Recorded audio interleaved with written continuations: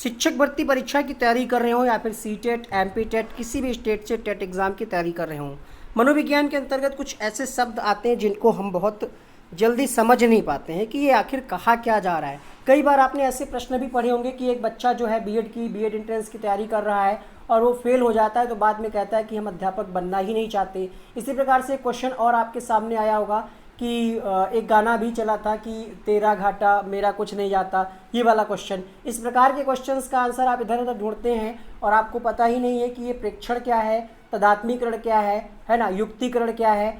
इन सब चीज़ों की हम आज की इस वीडियो में बात करने वाले हैं। तो वीडियो को शुरुआत से अंत तक देखिएगा। साथ ही साथ आप क्या करें कि इन चीज़ों को नोट कर लें कि क्योंकि ये चीज़ें आपको इतनी जल्दी मिलती नहीं है, सामान्य किताबों में भी आपको ये चीज़ें नहीं मिलेंगी। तो पहले हम जान लेते हैं यहाँ पे मनोरचनाएँ ये होती क्या है, रक्षा क्रिया तंत्र होता क्या है।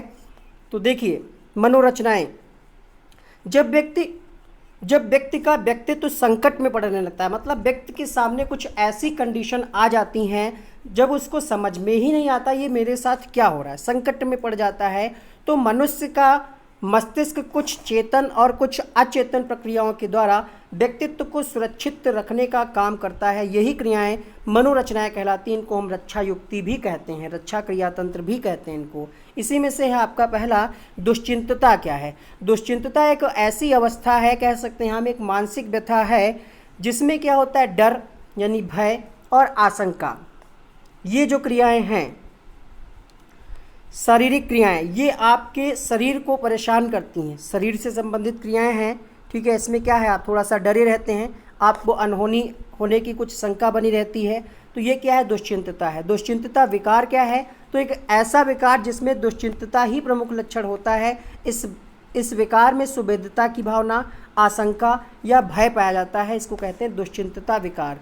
बात करेंगे हम यहाँ पे शकाय दुश्चिंतता रोग। ये क्या है? तो ये एक ऐसा मनोवैज्ञानिक विकार है जिसमें व्यक्ति चिकित्सकों के बार बार किसी बीमारी के ना होने का आश्वासन दिए जाने के उपरांत भी शारीरिक प्रक्रियाओं के विषय में सोचता रहता है और काल्पनिक बीमारियों के भय से ग्रस्त रहता है। मतलब डॉक्टर कह रहा है कि आप बीमार नहीं हैं, लेकिन जो भी व्यक्ति इससे पीड़ित होता है उसको लगता है, वो सोचता रहता है कि हम बीमार हैं, मतलब अंदर से उसको लगता है कि हम बीमार हैं, कुछ ना कुछ बीमारी है हमारे अंदर। कुछ और इम्पॉर्टेंट रक्षा युक्तियाँ, जैसे दमन।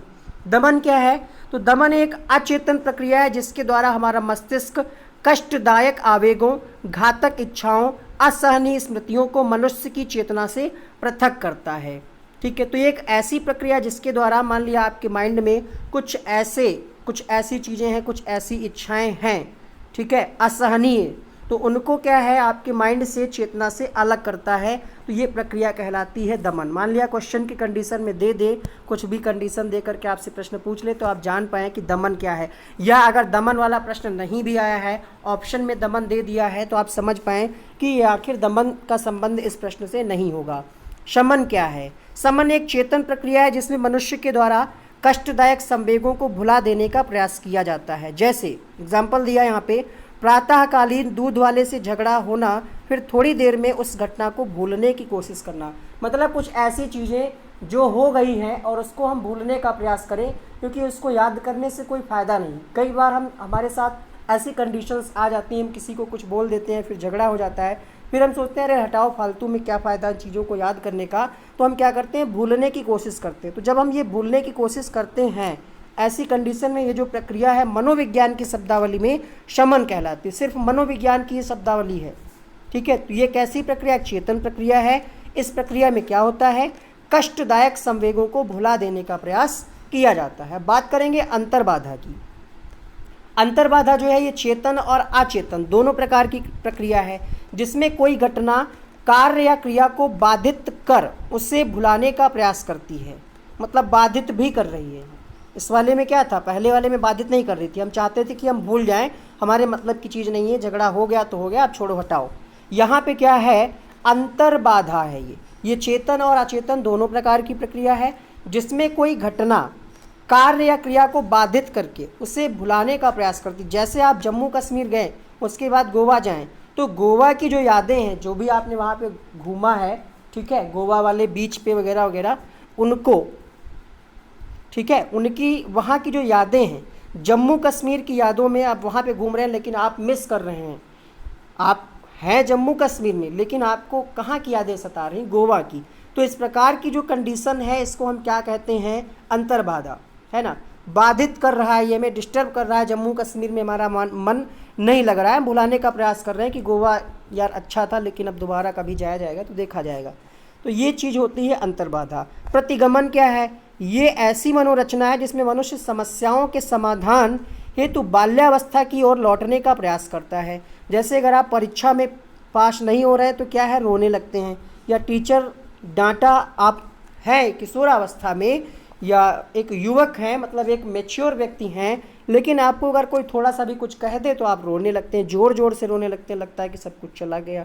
तो ये ऐसी रचना है, इसको हम कहते हैं प्रतिगमन। ठीक है, बचपन में जाने लगता है इसमें युवक या युवती जो भी है। रूपांतरण क्या है, कन्वर्जन।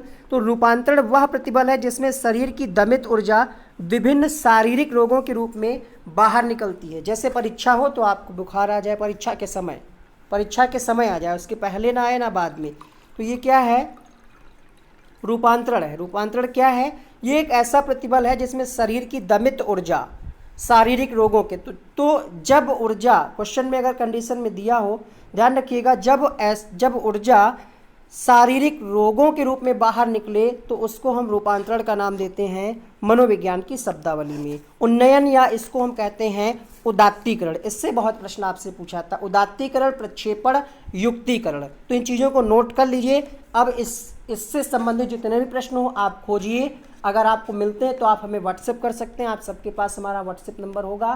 फिर आप उन क्वेश्चंस को हम सॉल्व करके एक वीडियो बना करके आप तक पहुंचाएंगे। कमेंट करके बताइएगा क्या इसके पहले आपने इन चीज़ों को कभी पढ़ा है, किसी वीडियो में, किसी यूट्यूब चैनल पे पढ़ा है। एक बार कमेंट करके हमें बताइएगा, क्योंकि आपके कमेंट में हमारी जान बसती है। ठीक है, तो उन्नयन क्या है, उदात्तीकरण क्या है, मनोरचना के द्वारा मनुष्य स्वयं को किसी प्रतिबल से बचाने हेतु रचनात्मक कार्यों में संलग्न कर देता है। जैसे तुलसीदास द्वारा प्रेम की बाजी हारने पर साहित्य की बाजी जीत जाना। ठीक है, तो ये ऐसी युक्ति है जिसमें मनुष्य क्या करता है, स्वयं को, खुद को किसी प्रतिबल से बचाने के लिए नए रचनात्मक कार्यों में संलग्न कर देता है और वो सफल होता है उसमें। तो ये होता है आपका उदात्तीकरण। युक्तिकरण क्या है, इसमें क्या होता है, व्यक्ति अपने आप को सही और उचित ठहराने के लिए झूठे कारणों का, तर्कों का सहारा लेता है। जैसे आप परीक्षा में फेल हो जाएं और कहें कि हम समय पे पहुंचे नहीं थे इसलिए फेल हो गए, मतलब बहाने बनाता है जब कोई बच्चा।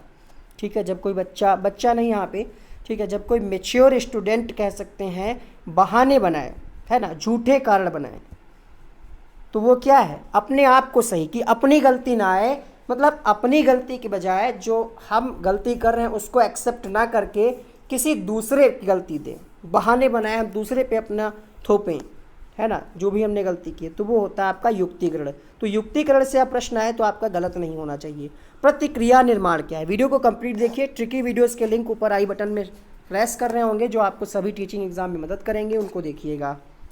इसमें क्या होता है, इसमें व्यक्ति अपनी अंतर्निहित इच्छा के बिल्कुल विपरीत व्यवहार करता है। जैसे सौतेली माँ द्वारा अपनी सौतेली बेटे के प्रति नफरत होने के बावजूद प्रेम पूर्वक व्यवहार करना। ठीक है, तो ये तो आपको समझ में आ गया होगा। यहाँ पे ये कहा जा रहा है कि माँ तो नफरत कर रही लेकिन उसके बावजूद बेटी क्या है, बेटी उसकी जो है वैसे ही प्रेम पूर्वक व्यवहार कर रही, बेटी का कोई व्यवहार बदला नहीं है। तो ये होता है प्रतिक्रिया निर्माण। तादात्मीकरण, इसको आत्मीकरण भी कहा जाता है, आइडेंटिफिकेशन, इससे भी बहुत बार प्रश्न आया है। इसमें क्या होता है, व्यक्ति अपने आप को किसी अन्य के अनुसार बनाने या ढालने का प्रयास करता है। जैसे हमने देखा सलमान खान को, तो हम भी उसी हिसाब से अपने हेयर कटा लें, ठीक है, उसी हिसाब से हम चश्मा लगा लें, उसी हिसाब से टी शर्ट पहन लें, उसी हिसाब से हम डायलॉग बोलने का प्रयास करें। तो ये होता है आपका आत्मीकरण। जब हम फिल्मी पात्रों की नकल करते हैं वो कहलाता है आपका आत्मीकरण। प्रक्षेपण यानी प्रोजेक्शन क्या है, इसमें क्या करता है बच्चा, इसमें अपने दोषों व कमियों को दूसरे पर आरोपित करके संतोष का अनुभव करता है। मतलब हम यहाँ पे क्या कर रहे हैं, अगर हमारी कोई कमी है तो अपनी नहीं, हम छोटे भाई की गलती दे देंगे, है ना, कि इसकी वजह से ये हुआ है, दूसरों पर आरोप कर देंगे और हमें खुशी मिल जाएगी। ऐसा आप सभी अपने घर में करते होंगे, ठीक है, नहीं अभी करते हैं तो छोटे पर ज़रूर किया होगा। खेल खेल में मान लिया बच्चे खेल रहे हैं और लड़ाई हो जाए तो वहाँ पे कहते हैं मम्मी इसने नहीं मारा है, हमने नहीं मारा है, इसने पहले हमको मारा था। ये सब बहुत करते होंगे आप लोग, है ना। तो ये होता है कि हम प्रक्षेपण में क्या करते हैं, अपने दोषों व कमियों को दूसरे पर आरोपित करके खुशी फील करते हैं, जैसे नाच ना आवे आंगन टेढ़ा। अंतःक्षेपण क्या है, अंतःक्षेपण क्या है, ये आपसे पूछा जा रहा है। अंतःक्षेपण क्या है, तो इस क्रिया में मनुष्य बाहरी वातावरण के गुणों को ग्रहण करने का प्रयास करता है। दूसरे के दुख को देखकर दुखी होना, सुख को देखकर सुखी होना। जैसे किसी की जॉब लग जाती तो हमें भी, जैसे हम अगर इमोशनली किसी के टच में हैं, किसी की जॉब लग जाती तो हमें बहुत खुशी होती है, मतलब लगता है कि हमारी भी जॉब लग गई है। या फिर किसी का दिल टूटा है तो लगता है कि हमारा भी दिल टूट गया है, मतलब है ना। आपने देखा होगा दर्द भरे स्टेटस अगर आपने देखे हैं कहीं किसी के व्हाट्सएप पे, तो आपको अपनी याद आने लगती है ना, अपनी कंडीशन की, तो आप भी उसके दुख में दुखी होने लगते हैं और रिप्लाई करते हैं कि हाँ यार बात तो सही है, तुम सही कह रहे हो, ऐसा ही होता है ना। प्यार व्यार सब बेकार की बातें हैं। तो ये चीज़ें यहाँ पे आपको समझ में आ रही होंगी। अंतःक्षेपण क्या है, विस्थापन क्या है, डिस्प्लेसमेंट कहते हैं। इस मनोरचना में मनुष्य अपनी संवेगों आवेगों को एक स्थान से दूसरे स्थान पर परिवर्तित कर देता है। जैसे पति पत्नी का झगड़ा होने पर पत्नी द्वारा बर्तन तोड़ना, ये होता है विस्थापन। मतलब हम अपना गुस्सा किसी और पे दिखा रहे हैं, ऐसी कंडीशन जब आए तो उसको आप क्या लगाएंगे, विस्थापन। दूसरी जगह हम परिवर्तित कर रहे हैं, भाई पति पत्नी को हम नहीं मार रहे हैं, लेकिन हम क्या है, बर्तन उठा करके फेंक दे रहे हैं, है ना।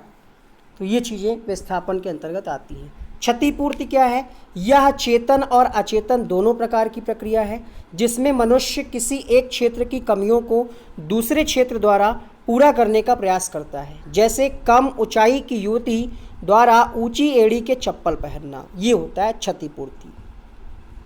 समझ में आया नहीं?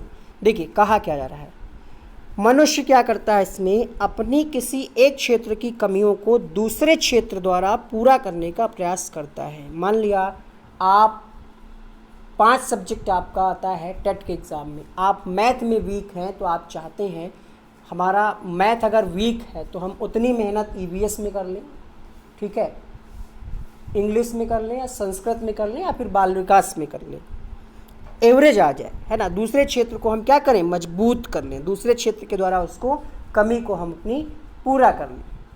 तो ये होता है आपका क्षतिपूर्ति। दिवा स्वप्न क्या है, इसका भी प्रयोग किया जाता है क्वेश्चंस में। इसमें क्या है, मनुष्य एक काल्पनिक और व्यक्तिगत दुनिया का निर्माण करता है, जिसमें दिवा स्वप्न तो आप समझ ही रहे होंगे, दिन में भी सपने देखना, जिसमें वह अपनी आवश्यकताओं की संतुष्टि करता है। वास्तविकता और अस्वीकरण, उसके बाद हम जानेंगे रेचन, बस 2 ही हैं। तो इसमें क्या होता है, इसमें मनुष्य भावी अवांछनीय वास्तविकताओं की उपेक्षा करता है या उन्हें पहचानने से इनकार करता है। जो वास्तविकता है उसको हम इनकार कर देते हैं, एक्सेप्ट नहीं करते हैं, या उसकी हम उपेक्षा करते हैं, इग्नोर करते हैं। जैसे चूहे द्वारा बिल्ली को सामने देखकर आंखें बंद कर लेना। अगला देखिए रेचन क्या है, इसके अंतर्गत क्या होता है, बालकों को मानसिक रूप से किन्हीं अन्य गतिविधियों में संलग्न कर दिया जाता है। जैसे बालक का क्या कहा जा रहा है, पढ़ाई में संलग्न कर देना, ठीक है, कहीं दूसरी जगह हम उसको बच्चे को बिजी कर देते हैं। एक आपको यहाँ पे ट्रिकी वीडियोस अभी दिया जाएगा, उसको आप क्लिक करके देखिएगा, जिससे आपको पैडागॉजी सॉल्व करने में मदद मिलेगी। स्वालीनता छूट गया था ये, तो शैशवावस्था में आरंभ होने वाला व्यापक विकासात्मक विकार, जिसमें अनेक प्रकार, यहाँ पे प्रकार होगा, अनेक प्रकार की असमानताएं निहित होती हैं, जैसे भाषागत, प्रात्यक्षिक और गतिपरक विकास में न्यूनता, दोषपूर्ण वास्तविकता परीक्षण और सामाजिक विरक्ति, ये होता है आपका स्वालीनता। तो इन चीज़ों को नोट कर लीजिए। उम्मीद करते हैं ये वीडियो आपको पसंद आया होगा। कुछ चीज़ें ऐसी हैं जो आपको नहीं पता है शब्दों का अर्थ, तो उनको हम यहाँ पे डिस्क्राइब कर रहे हैं। तो कमेंट करके बताइएगा वीडियो कैसा लगा, और ऐसा कोई शब्दावली जो आपको बहुत परेशान करती है, आप समझ नहीं पाते आखिर है क्या, तो इस वीडियो के नीचे कमेंट करिए। कोशिश करेंगे कि आपके हम डाउट्स को दूर कर पाएँ। Thank you so much.